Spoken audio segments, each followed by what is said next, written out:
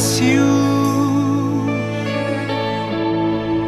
recomeçar quando não tem mais forças para crer que dessa vez não vai fracassar, que você vai vencer. Mas Deus ainda acredita em você. Sei que não é fácil retomar aquele projeto que parou no meio. Consciente que ninguém mais acredita, eu sei, dá medo.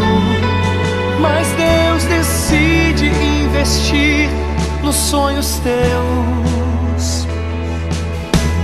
Todos teus amigos se vão, mas ele fica. Podem todos duvidarem, ele acredita. Mesmo que já tenha tentado e fracassado nessa luta, Deus é teu aliado. E na fraqueza ele te fortalece. Ele te prepara porque sabe que consegue. Não acaba enquanto Deus não decidir. Não desista porque Deus não disse que é um fim. Se você caiu, levante e tente novamente. Deus não desistiu. Ele te dá o hoje de presente. O que ficou pra trás não interfere no que Deus vai fazer lá na frente. O teu passado Deus já afogou no mar do esquecimento. Ele escreveu para a sua história um lindo recomeço. Deus não abre mão e vai te mostrar que Ele é fiel. Vai fazer na terra o que já projetou no céu.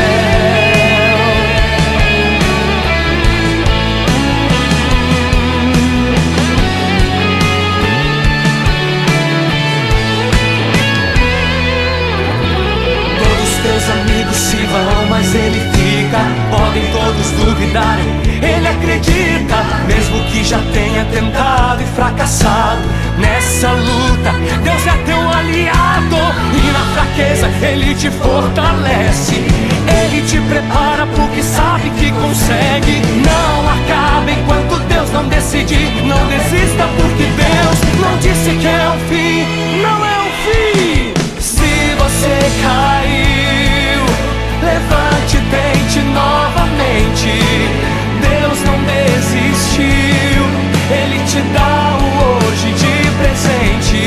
O que ficou pra trás não interfere no que Deus vai fazer lá na frente. O teu passado Deus já afogou no mar do esquecimento. Ele escreveu para a sua história um lindo recomeço.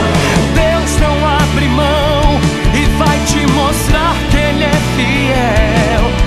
Vai fazer na terra o que já projetou no céu.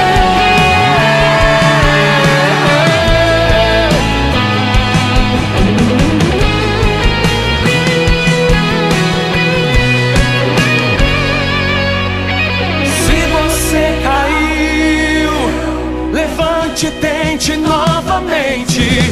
Deus não desistiu.